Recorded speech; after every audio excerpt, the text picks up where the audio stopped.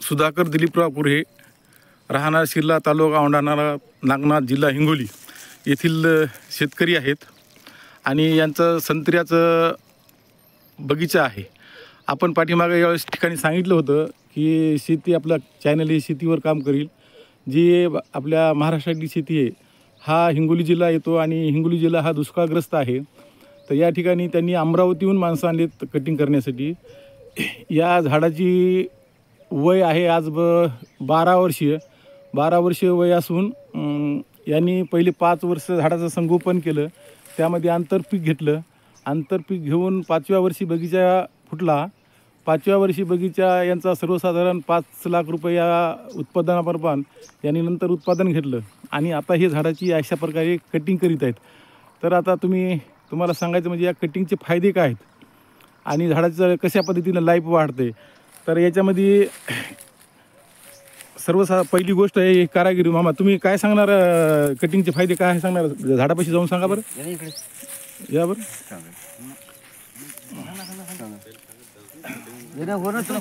या ठिकाणी हे जे फांदी बघतो, या फांदीपासून फुटवे फुटणार आहेत वेगळे आणि झाडाला बांबूसुद्धा बांधायचं काम पडणार नाही.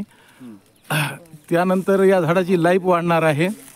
दुसरी गोष्ट अशी की त्यांनी या शेतीमध्ये आता जवळपास 5 ते 7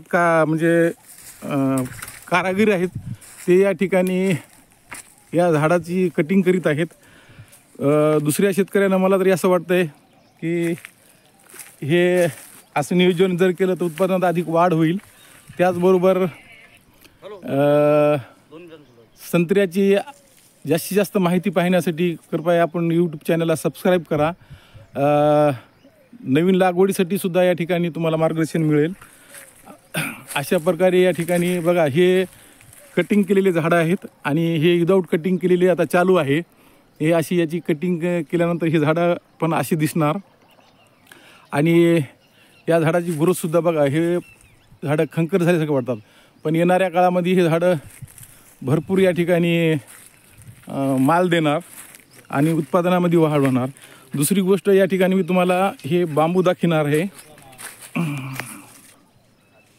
हे बांबू या ठिकाणी याला बांधायला लागतात जेणेकरून हे झाडाच्या फांद्या वगैरे मोडणार नाहीत.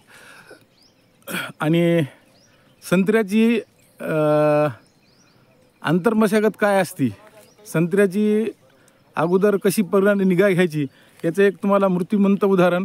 तुम्हाला या ठिकाणी जर अशा पद्धतीचं काम करायचं असेल तर तुम्ही माझा मोबाईल नंबर घेऊ शकता. हे एक तुम्हाला कारागिरा संघ संभाषण करून देतो. आता प्रभाकर माळोतराव बोरकरे. हां. अमरावती जिल्ह्यातून राहतो मी. गाव करजगाव आहे. हां. आणि हे संत्र्याचेच कामं करत असतो. कधी म्हणजे 12 महिने चालते. आम्ही म्हणजे समजा संत्रा तुटला की काम चालू. मजुरी काय घेत असता तुम्ही एका झाडाला? मजुरी झाड पाहून समजा 5 वर्षाचं असलं तर 50 रुपये. आणखी समजा जर वाढत गेलं त्या पद्धतीनं रक्कम वाढते. अच्छा, त्या पद्धतीने रक्कम.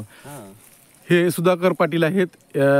यांनी अमरावतीला जाऊन स्वतः अभ्यास करून या ठिकाणी नियोजन लावलेलं आहे. विशेषतः सांगायचं म्हणजे हा तरुण शेतकरी आहे.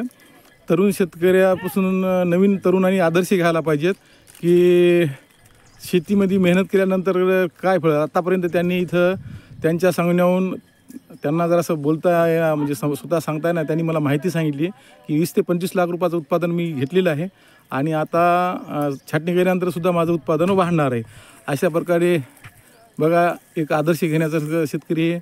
ठीक आहे, आपण या ठिकाणी थांबवता. नवीन तुम्हाला व्हिडिओ पाहण्यासाठी चॅनलला सबस्क्राईब व लाईक करा. धन्यवाद.